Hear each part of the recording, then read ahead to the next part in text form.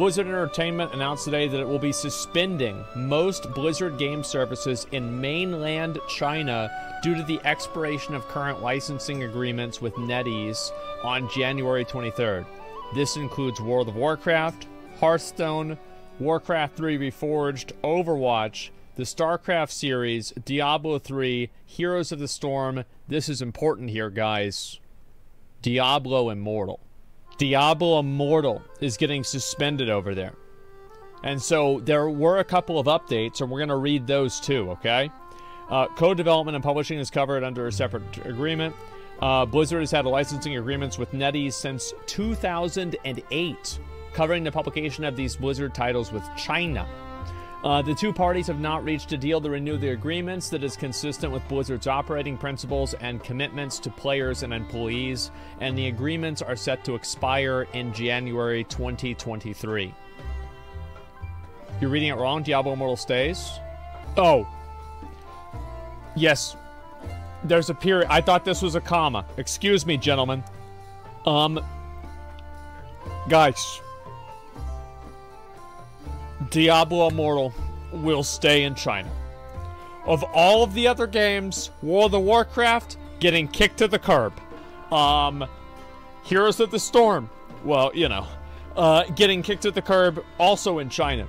The StarCraft, gone. Diablo 3, gone. Overwatch, fuck no. But guess what? The only game that's going to be staying in China is Diablo Immortal.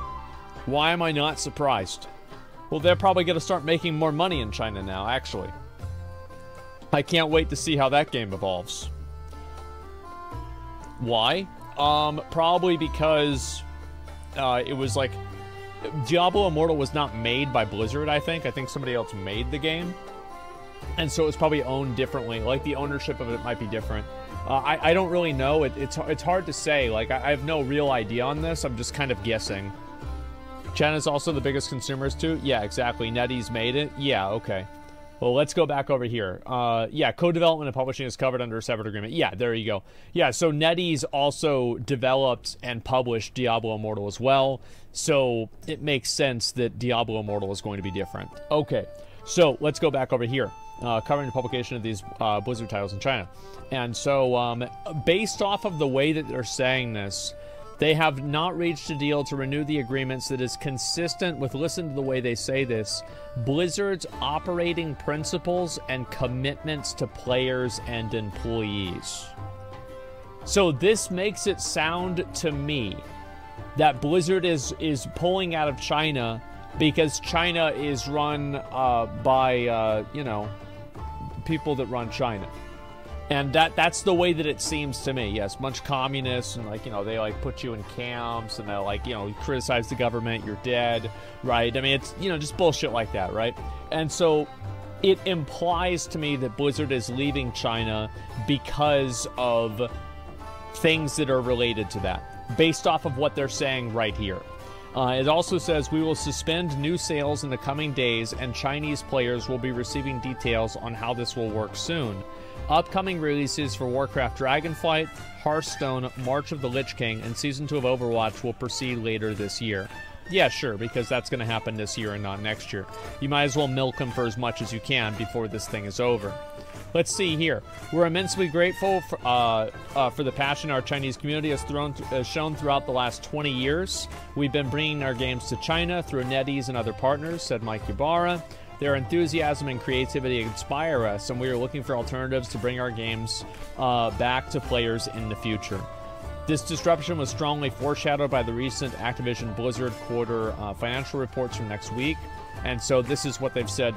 This is in the earnings report, and I guess this happened last week. I didn't really read through this whole thing. Currently, we have licensing agreements with third-party covering publication, Blizzard's in China. These agreements, which contributed to approximately 3% of Activision Blizzard's consolidated net revenues for 2021, will expire in January 2023. We are in discussions regarding the renewal of these agreements, but mutually satisfactory deal may not be reached. We continue to see substantial long-term growth opportunities for our business in the country. Our co-development of publishing Diablo Immortal is covered by a separate long-term agreement.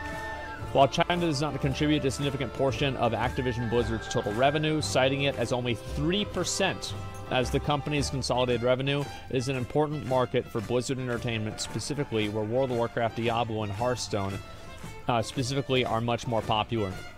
So, bullshit? It's not bullshit. They can't... You can't lie on an earnings report, guys. Like, this is... You can't do this. Like, this is like fucking... That's like FTX level fraud. Okay, like, they're not lying on the earnings report. China takes too much margin. There's a good chance of that. There's a bunch of different types of reasons why that could be the case.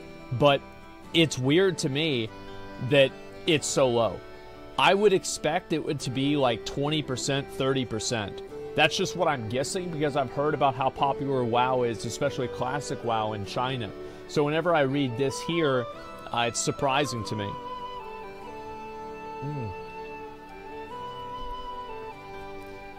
3% of earnings or 3% of operation costs?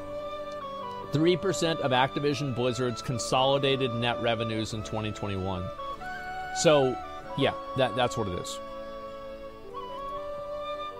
China is players, not payers. Well, I'm not sure. NetEase is probably taking like 75% of the revenue. Yeah, that's true. I mean, it's like a lot of companies want to be in China because there's a lot of people in China that buy stuff. So I'm assuming that like the companies that work there and that are there, the government even probably takes advantage of that and charges really high margins.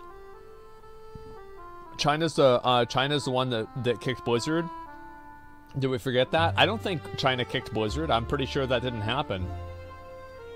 Yeah, Call of Duty is part of that consolidated revenue. Call of Duty would be, but I don't think the other mobile games would be because it doesn't say King. It says Activision Blizzard. Where, like, Activision Blizzard King is my understanding of what the game, what it's called, or are they owned by this? I don't know.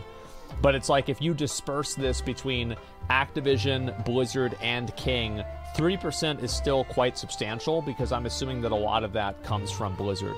But I don't really know. Either way, I do think that the way that this is worded, it makes me think that Blizzard doesn't want to release the content in China anymore. Probably, and I don't really know if this is the real reason.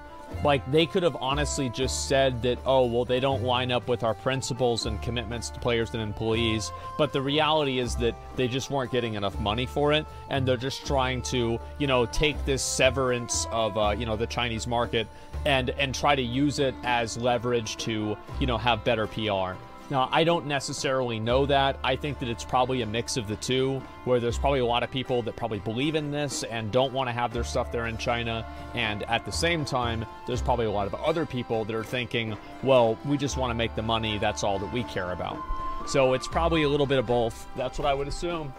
Blizzard wants more money and will do a different deal with another provider. I don't know, man. I feel like, so here's the thing. Is it an agreement that's consistent with Blizzard's operating principles and commitments to players and employees? I don't see how...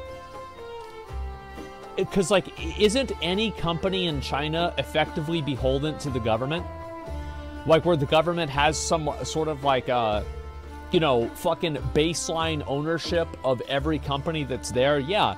So it's like, if you're not okay with NetEase, any other company in China is going to have this exact same problem. Yeah, they're the CCP's bitches. Exactly. Companies are the government. So yes, every company belongs to the CCP. So I feel like if this is what they're going to do, and they're just looking for, I think maybe this is a good litmus test. And correct me if I'm wrong. So if every single one of these companies, because I don't think that there are some ethical and some unethical Chinese companies in this context, because they are all owned by the CCP and they are all owned by the government. Like, they're owned by the government. So if every Chinese company is owned by the government, if you just go to another Chinese publisher, then you would have these same problems with principles and commitments to players and employees, right? Like, do you see kind of like what the logic is there? Because it's like it's all the same because it's all owned by the same person. You know, just Western anti-China propaganda? Well, no, I mean, I don't know. I feel like most people agree that the Chinese government seems like they suck. that doesn't mean the people in China suck. I mean, I don't know. Like, who gives a fuck? Like, but I think you can say the government's shitty for sure. Yeah, it does feel like that. Yeah. So if one company in China has this stuff, I feel like they all do. So if Blizzard just goes to another publisher in China, I feel like it probably was just a revenue dispute or something like that. But if Blizzard does not go to another place in China, then I think it could actually just be a legitimate values conflict. You see kind of what I'm saying? But I just can't imagine them, like, abandoning the Chinese market. Because there's, like, 1 billion fucking people in China. Like, there's already a lot of people that play Blizzard games over there. I just can't imagine it. People dislike the practices of country. It's the government military aspect, not the actual people who are more often than not just along for the ride.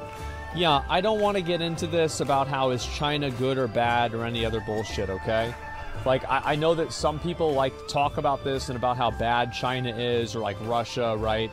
Most fucking people don't give a fuck about their government. They just want to go about their day, not get fucked with. They just want to be able to live an average life, go to work, come home, you know, indulge in the entertainments and enjoyments that they like, and that's it. So anytime that the government is, and this is the same in Brazil, it's the same in Cuba, it's the same in America, it's the same in Russia, it's the same in China, it's the same in Nigeria. These people don't want to have anything to fucking do with the government as much as they can, unless obviously it's like food stamps or something like that, government assistance. But other than that, they don't really give a fuck. They just want to be left alone. That's what my general viewpoint on what average people want. Yeah.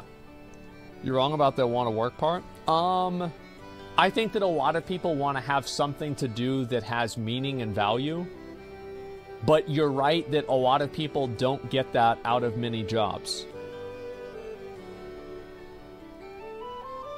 Yeah, Brazil, we're not like these examples.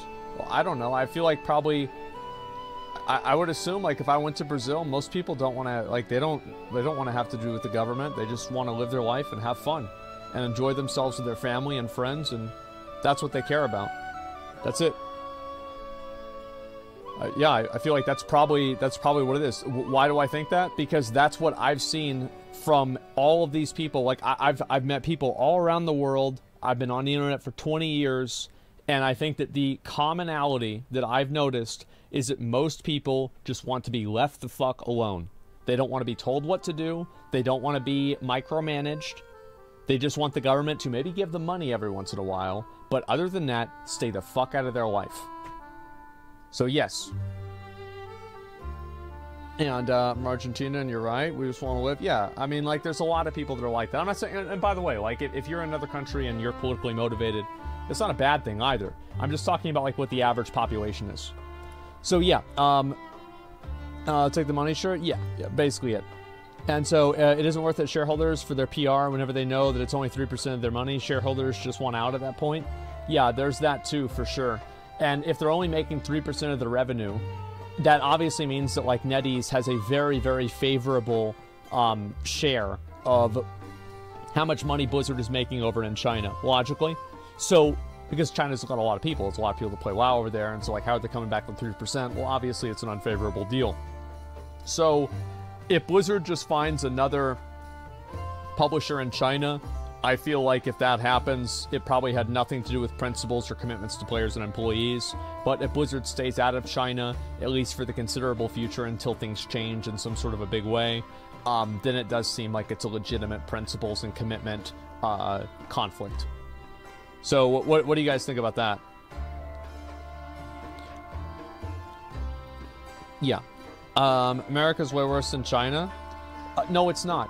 America, if you can, so you can go on the internet and you can criticize the government here, and you don't get put in jail and taken away by the government. This is not even a question. There are no camps for people like the Uyghurs and stuff like that here in America. Yes, we have jails, and I would say the jails are definitely, like, bad. But that's nothing like putting people in categorically into these little cages. There is not even a remote comparison between China and America. If you honestly think living in China and living in America are the same things, go over there and live in China. Yeah, just go ahead and do it. It's just so fucking stupid. I can't imagine believing that.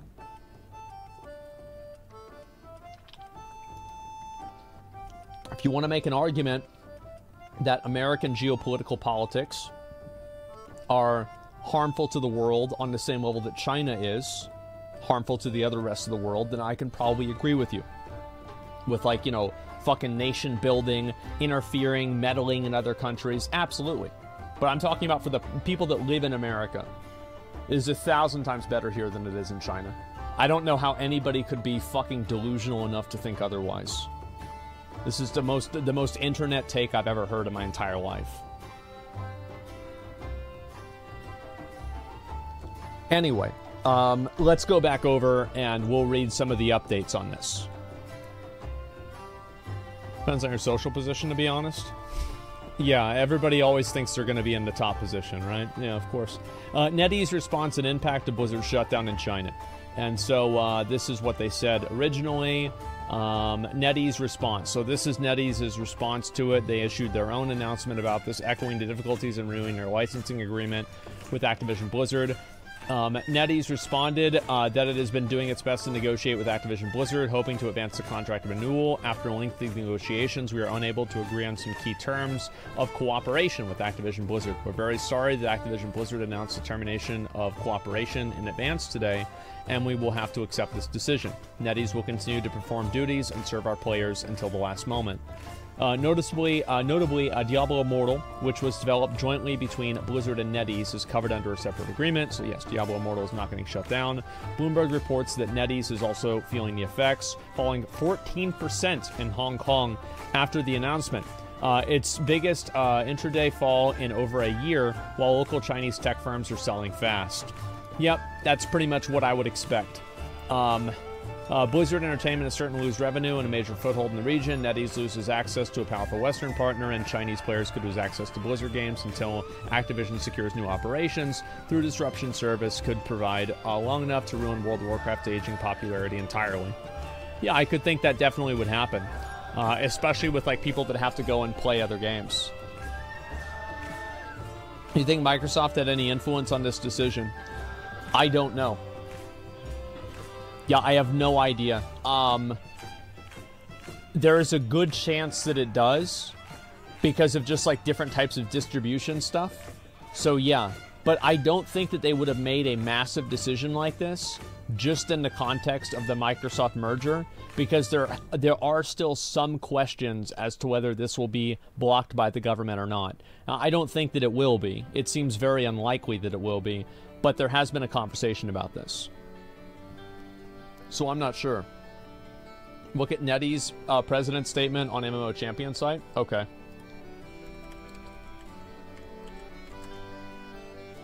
Let me read this real quick. NetEase.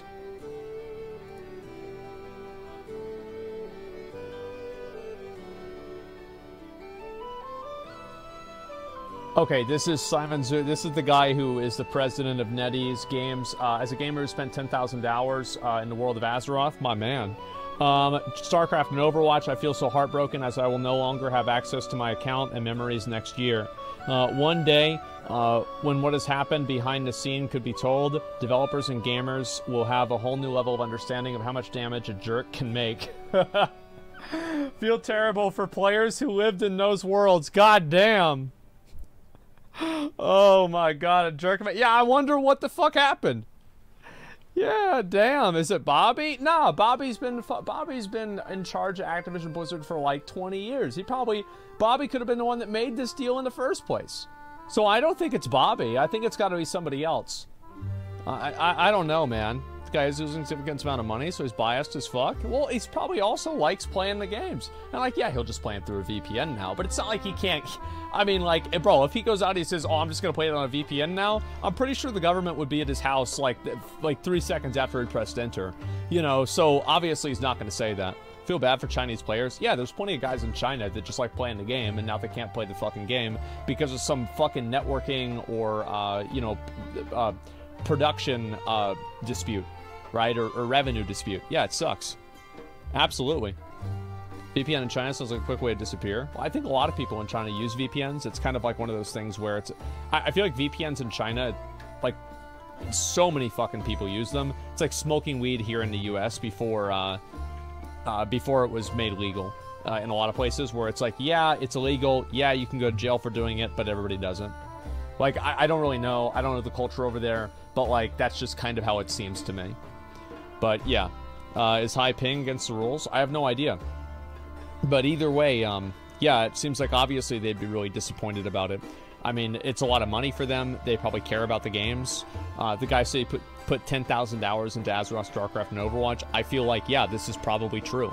A lot of people have played Blizzard games for fucking 20 years. Yeah, 100%. Let's see here. And lots of NordVPN ads incoming? Exactly. Okay, let's see here. Operation Blizzard products will be officially stopped. Yeah, so you just can't. All account data and character data in each game, remaining game time and everything will be sealed. We will properly handle game data in accordance with the requirements of laws and regulations. For online game virtual currency, player has recharged but not consumed. We'll start to arrange refunds after the operation. Blizzard products, okay, yeah, so you get some of your game balance back. That's kind of good. Overall, yeah, it fucking sucks, man. Absolutely sucks for them. During a survey period, 31% of internet users in China had to use virtual private networks in the past month. Leading markets for VPN usage for internet users worldwide is second quarter.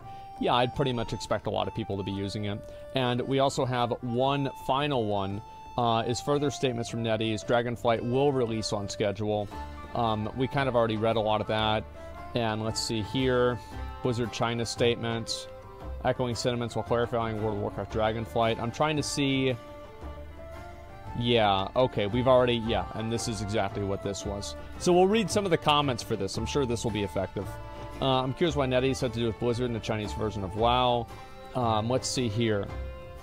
What desperate fool would buy an MMO that might shut down in 2 months? Bro, if an MMO lasts for 2 months, then that's going to be better than half of the ones that are already on the market. Let's be honest. Let's see here.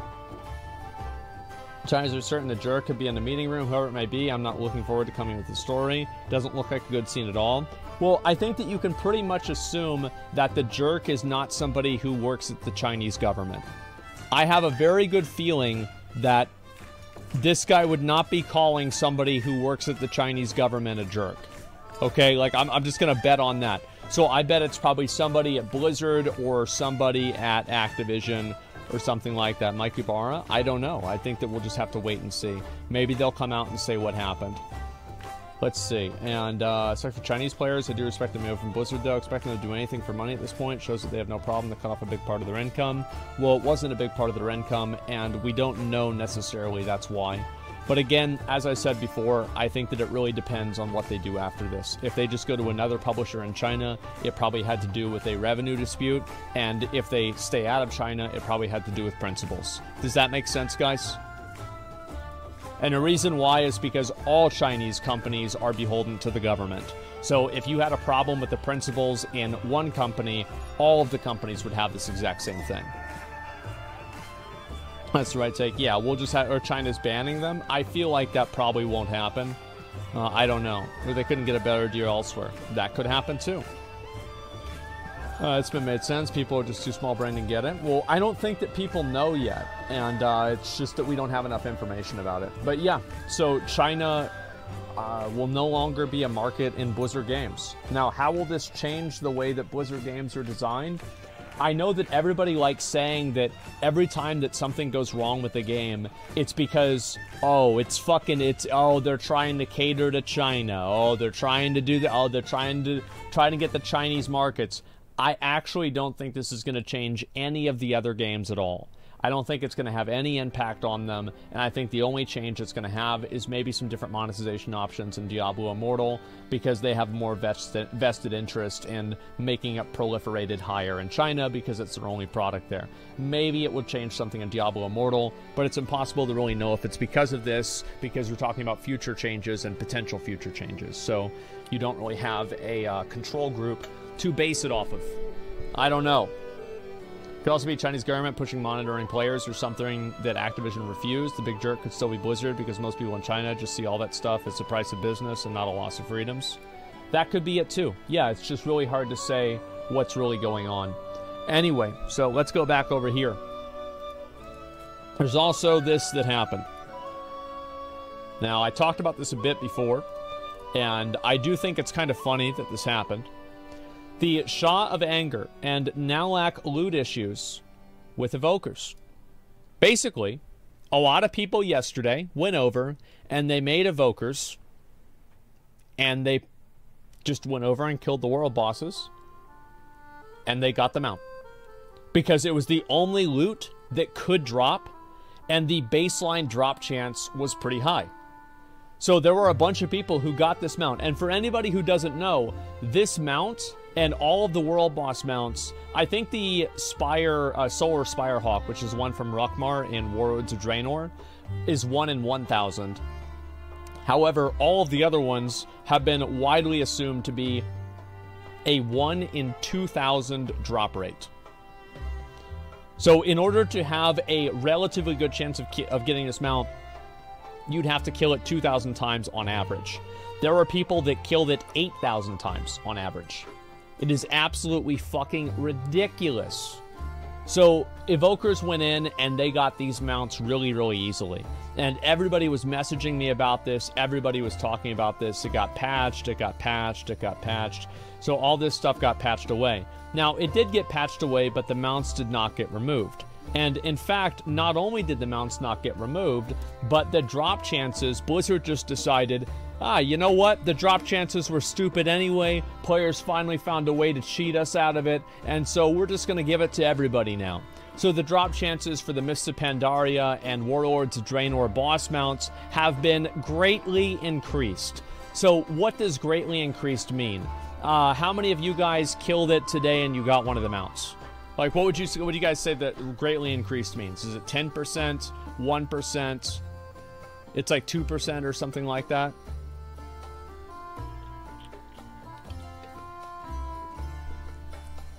Okay, well, basically, if you're farming for these mounts now, and you want them, you're gonna fucking get them. So in tonight's hotfixes, Blizzard announced 5 mounts have a greatly increased drop chance. These mounts were obtained from world bosses several expansions ago that were infamously known for minuscule drop chances. Yes, 1 in 2,000 again. There's a refresh on the 5 mounts. Drop chance has been greatly increased. And there's obviously the Shah of Anger mount. So the way that I got this mount is I told McConnell that if I got this mount today, he owed me like 2,000 gold or something like that. Or it's like 200 subs. I forgot how it worked. And he says he agreed to it. And then I just went to the black market auction house and I bid it up to 9.9 million gold. And then I was like, okay, well, where's my subs? And he was really pissed off. He was mad about that for like 3 days. And so, because he's mad because he got finessed, right? But anyway, so this is the Heavenly Onyx Cloud Serpent. I have this one. Son of Galleon. I got this actually for only 2 million gold back in Legion. I bid it on the black market like really, really late at night and ended up getting this mount. I've never received one of these as a drop. I have received one of these, however, from black market. I have 4 out of 5 of them.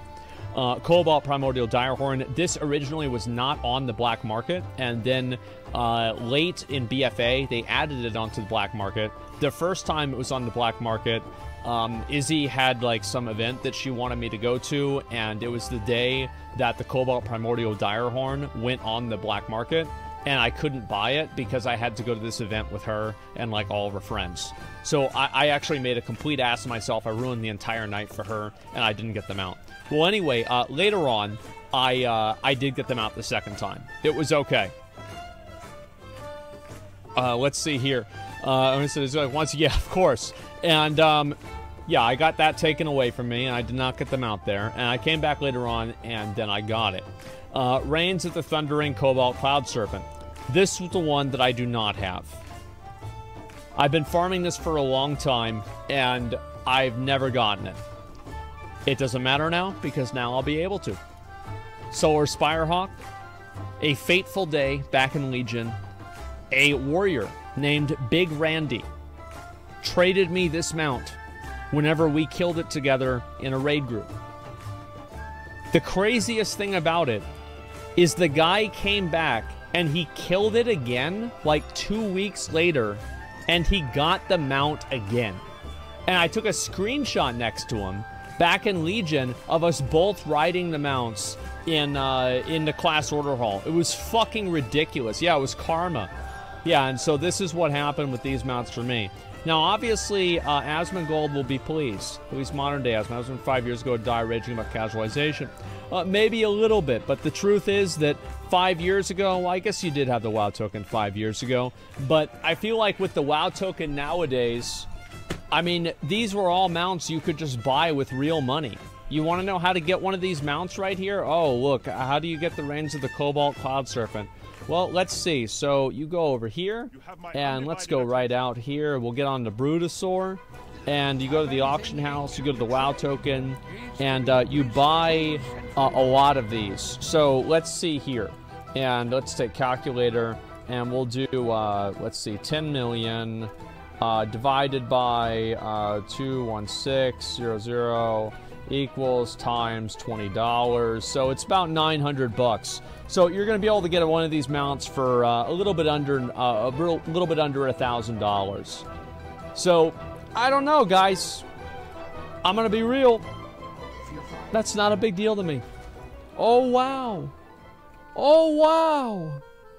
The mount that you could buy with real money is easier to get. Who gives a fuck? Who cares? This is not a prestige accomplishment. And even if, by the way, you think that it is a prestige accomplishment to have sat there and farmed it out for, you know, at 3,000 or 4,000 tries for one of these mounts, this is just simply not fun. It's not good game design to just have something that takes 5 years of farming over and over and over and over and over and over forever. It's just bad game design. And it's the same thing that I said with the Love Rocket. And again, I have the Love Rocket. The XTR, yes, formerly known as the Big Love Rocket. I got this mount back in 2013 or 2014. I don't remember which year. I got it on my first kill of the year. I've had the mount ever since then. Blizzard has had conversations, has been talking about making the drop rate for this mount much higher, thus invalidating the prestige or lowering the rarity and prestige of this mount for me. I'm all for it. Farming this mount is not fun.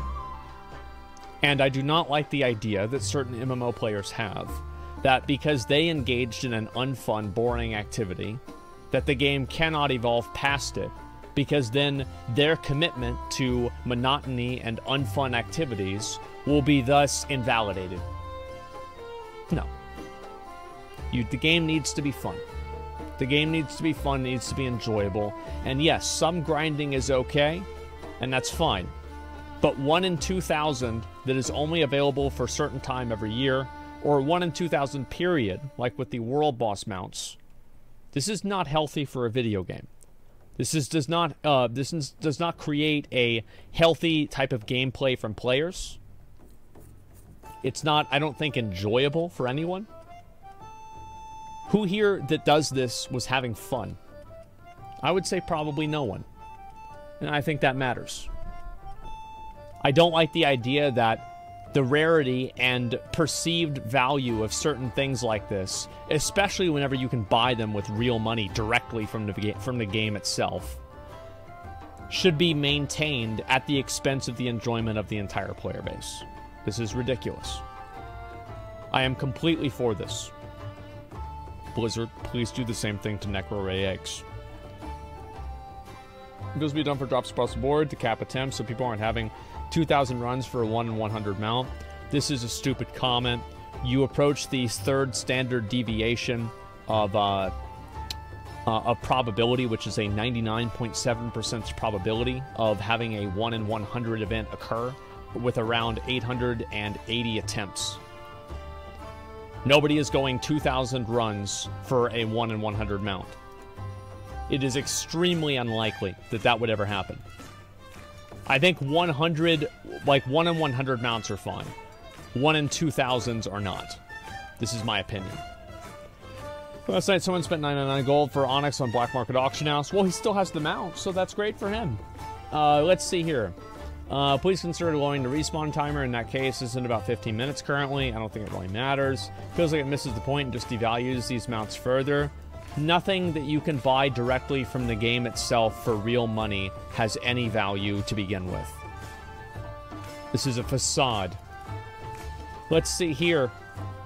Solar Spirehawk, I'm down for this. Drop rates on these mounts were absolutely ridiculous. There's no need for any mount to ever be less than a 1% chance. True. I have 4 of the 5 mounts already. It's been a long grind, and I'm a firm believer that no amount should be lower than 1%. I don't wish 0.1% of mount farms on anyone. It's just soul-crushing. Good change from a mount collector who almost finished. Hopefully other ones can enjoy them, because Ruckmar mount is quite nice. I agree. This is a positive move. About time. Yeah. It looks like everybody is pretty much positive about this. Got Necro Egg after a year playing in Shadowlands. Didn't even know this existed. Yeah, I know. It doesn't have the value of money paid, though. You can only buy everything with real money, so nothing matters. No. I think that it's a very fucking obvious difference whenever you're paying somebody real money to play your fucking account to get you Gladiator versus whenever you literally go and buy it directly from the game through an in-game system that Blizzard programmed. No, these are absolutely fucking different things. One of them is game design, the other one is emergent player behavior. You're right. You are right partially that the WoW tokens do muddy the waters. But there is certainly a shade of that. And that's all I'm saying. I do think it's different. However, I think they're both, yeah, you're kind of right about it. That's why you don't have fucking buying gold in a game, because this is what happens. So yeah. Loophole Andes, exactly. Let's see here. They had to do something to combat gold farmers, though. Yeah, I was hoping that they would do something like ban them, but yeah, of course, obviously, like, profiting off of it is what Blizzard would probably do instead. Sure. Yeah, definitely. Ashes drop for me first run. Must be nice. 2,000 attempts for a mount like Invincible is stupid. Attempts should be 1,000% capped. I just don't... I think that 2,000 attempts, like, you don't even understand what you're saying. Like, you just don't even know what you're saying. People don't understand precision entitlement. Having something first doesn't mean having it first and only. You pay full price at the game instead of waiting for a discount. You're paying to play it now. Yeah, for sure. I think that's just always the way that things go. Let's see. Voker was a glitch or what's happening? Yeah, they're just giving it to everybody now. Which makes some sense. Yeah, great and awesome news. I'm actually surprised to see how many people are positive about this. I was kind of expecting... I was kind of expecting people to get a lot more upset about it, but I'm glad to see the community that's okay with this. And people that are able to see behind the curtain here and just see that this is not really anything that is skillful or meaningful. It's just a time investment, and that's all. As, what's this here? Most people don't have it? Yeah, true. That's a good point. Well, as somebody who does have 4 out of 5 of them, I'm all for this change. I think it's a great thing.